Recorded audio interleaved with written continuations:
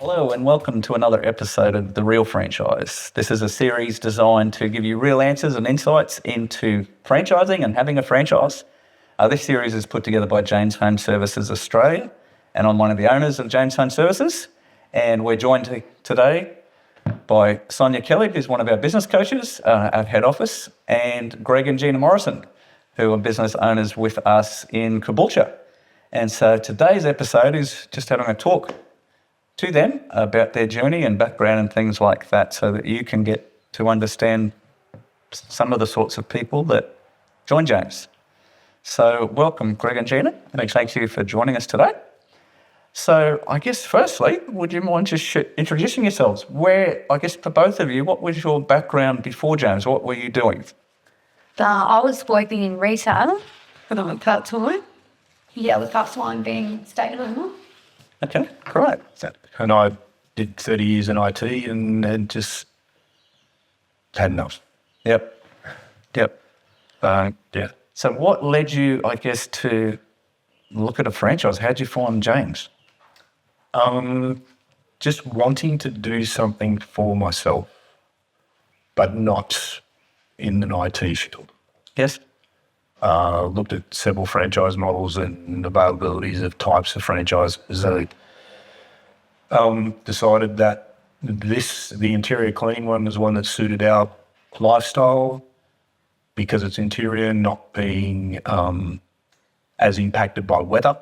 Yes. So therefore, once you build an income stream, it'd be a fairly static income stream that would allow you to budget and work around. Yeah. Yeah, not knowing, oh my God, it's raining for 3 weeks, so I can't mow lawns or I can't pressure wash houses. So for me, that gave me a bit more comfort. Yeah. So did either of you have any previous experience in having a business or having a cleaning business? No. No? Never worked for myself, never worked as a cleaner. Yep. Okay. Very good. So when it comes to, I guess, the motivating factor, what was the real thing that made you go, we want to do this? Like you said, we need a change. Why? What was the motivation behind that? Well, one of the big ones for me was just the fact that it was an opportunity to not need to commute. Yes. My commute was effectively an hour and a half each way every day. 5 days a week. Leave at 6:30 in the morning, get home at 6:30, 7 o'clock at night. Good old traffic. Yep. Yeah. So do you do that now in your business? Biggest commutes to come to Brightly Island, which is about 25 rounds. Yep. So what's your every day look like now? When do you start? When would you finish? We start around 8:15 Yeah. and home by 2. Brilliant. Okay. And you're working 5 days a week, 6 days a week, 7 days a week? We have staff as well. So we run 2 vehicles 5 days a week. Yes. And a time that we're going to work on a Saturday. Yep. Gina works on tools 2 days a week. I try and keep mine to 3 days a week, plus that little bit of work on a Saturday. Yeah, okay. Great. So what do you do with your extra time off, Gina? Family. Yeah. Awesome. Leisure time. Yep, good. And for yourself, Greg? Because you've got 2 days in there? Yeah, 2 days in there. Obviously, one of those days is going to always be lined up with just business paperwork. Gives me a chance to quoting if we have overflow of work or one-off things that need to be done. Or people that are sick. And when staff aren't available, that means there's flexibility there.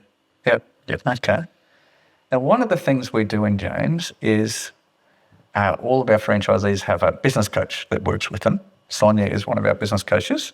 You have a different team. Stuart is your business coach. So I guess from that initial contact with James, your business coach is really involved from day one. What sort of things did Stuart do with you before you decided to join James? And then would you mind just sharing briefly maybe about the sort of training that happened for you back then? Yep. That someone like Sonia would be doing with you. So the initial touch base in regards to inquiring about purchasing a franchise really came down to what do we want? What do we want to get out of this? What are our aims? Where do we need to be? What are our financial requirements? Yep. Can we make it happen? Yep. Yes, we can. I was very hesitant at the start Yeah, extremely. Yeah. of buying a franchise. I guess it's just the unknown Yeah, as absolutely. to what you're getting yourself into. And We were the same. I Yeah. remember when I could still remember distinctly the moment we posted off our check, that's how long ago it was, to buy our franchise. And I thought, what the heck have I done? Yep. But I think where Stuart came into it, I don't know, it's just the support that he gave us and the reassurance and and just walked us through each step. Yeah. Made it so much easier. And we'd done I'd done a lot of background checking in regards to things like how flooded our local area was with cleaners. Yes. A lot more now than there were 5 years ago. Yep. I had other contacts who were franchisers, but not with the James network. Yep. To understand what their what their franchise fees were, what the breakdown was, how much went to marketing, how much was, all of those sort of things, and very favourable. For what James charges, what sort of support they got. I did a lot of work around just trying to understand the franchise model. Never worked for myself before, so therefore never worked in a franchise environment. So it was. I won't say we were just throwing our hat in the ring and hoping for the best. We spent a lot of time trying to make sure we were going to do the right thing, and the reassurance we got from Stuart and the business was the driving factor in why we decided to go ahead. Training back in those days, it really was someone came to your house. For 5 days. Your business went into the wild. And you would, we were lucky enough, we picked up 3 or 4 jobs. Some of those were things that were, not things that would happen all the time. Things like, my first job was an oven cleaner. Best thing that happened. Because it's not a regular occurrence. So it was, like, Amy was great in regards to being able to transfer knowledge. And work through quoting processes and that sort of stuff. But and that week was fantastic. But there was business training before that, which actually needed Such a way to me, Justin, way back in the day. And time spent with a bookkeeper to help set up the invoicing processes and just the steps that you would need to go through. From the financial perspective, obviously. That has all changed drastically in the last couple of years with the new butler. And now you're one of our national trainers for new people starting in a clinic. Lucky me. Very good. Hopefully I'm delivering the sort of service that people are able to start to leverage. To launch and to get them up and running. So is there any, I guess, and I really like that, a lot of people that I speak to that are looking, they're not just looking at James, they're looking at a number of franchises. So is there any particular things that for you made you go, we're going this way with James? Business coach. Absolutely. Just within those first couple of meetings, I had great faith in the support that James would be able to give us. And the guidance. And it's been 5 years or over 5 years now, and that guidance still continues. It's, to me, it's one of the things personally as one of the owners really proud of. Like, I think our single biggest expense in running this business is having these business coaches around the country working with our network. And it's so important. And other networks don't do that. You buy a brand, you get some training, and then You're on your own. Or you can ring head office every now and again, but they don't know you, they don't know the business, they don't know those sorts of things. So it's, I think it's something we've really got getting right. The ability to touch base with pretty much any business coach or from the CEO now is amazing to me, having come from the corporate environment where, the only reason I knew the CEO of the old business was he happened to be the IT manager at one stage. And I worked in IT. Yep. And it took 20 years for him to get from that position to that position. That's the only reason I knew him. Yep. Yeah. Yeah, no, that's good. Okay, so in operating a business for you both, what's been the hardest thing in having a business? Staff. Stop. Yeah. Can't live with them. Can't live without them. Yeah. No. Staff are great when you've got the right staff. Yeah, and it's so true. There's just challenges you have to work through. Yeah. Very true. Very true. But we would be where we are without them. Yeah, exactly. And I think any business can probably say the same, or should be able to say the same. They're not where they are without staff. And the more staff you have, the more it's everything from someone needs a day off. I've got to reschedule whatever. I've got to cover that, and I've got to work another day. Yeah. So obviously the bigger your staff base, the more. And it's not there are no more bigger issues than any other scenario. It's just the staff, like the people doing the job on the ground. You need to be able to cover that to keep your clients happy. Yes. So, And it's such a key part there.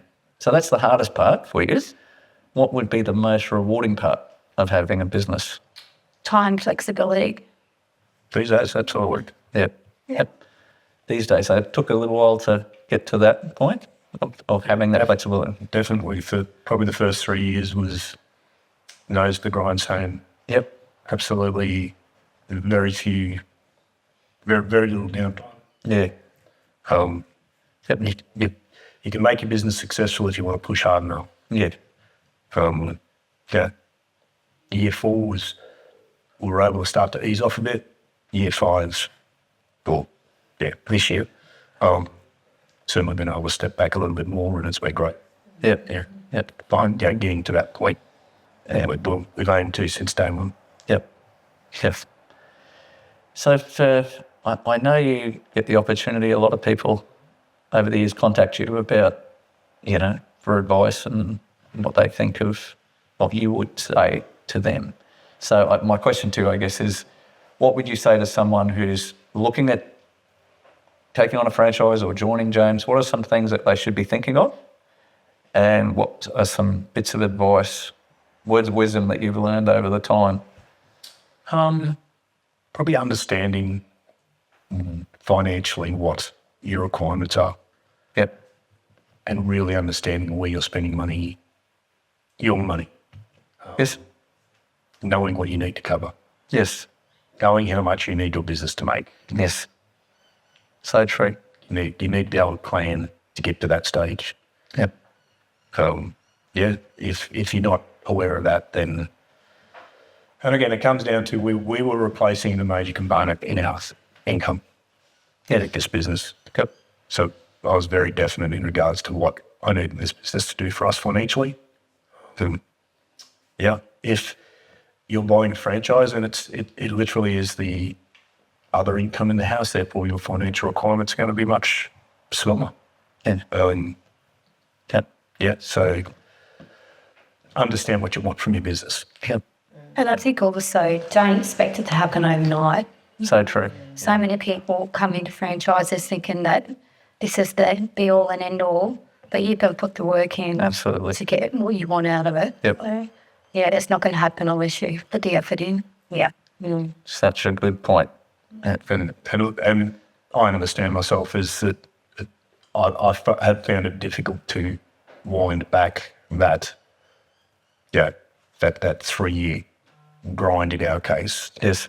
I call it grind, but it's that 3 years of Hard work. really hard work Yep. to get to a point to go, I'm almost guilty, feel guilty now if I'm not at work. Sorry. Yep. I should be doing more. Yes.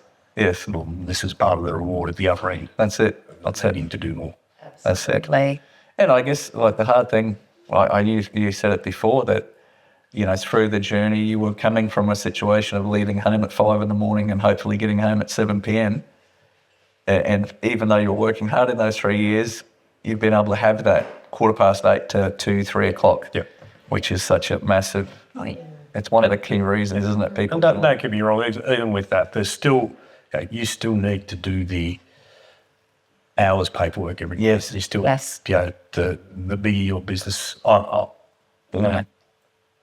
we still need to turn over vehicles, have them fresh and ready to go. We need to have contacted our clients for the next day. We need to have make sure everything's right and ready to go. Even if I'm not going to work tomorrow, we still handle that component. Yep. Wash all the rags. That's where all the misconceptions are. They think that once you finish your days of work, That's it. it's over. It's all over. There's still a lot more behind the scenes that people don't realise. Yes, and early in the piece, for me to work till, say, 4 o'clock, run home and contact clients for the next day, have organised it now at 7 o'clock at night to go into a quote because that person has just got home from work in the city.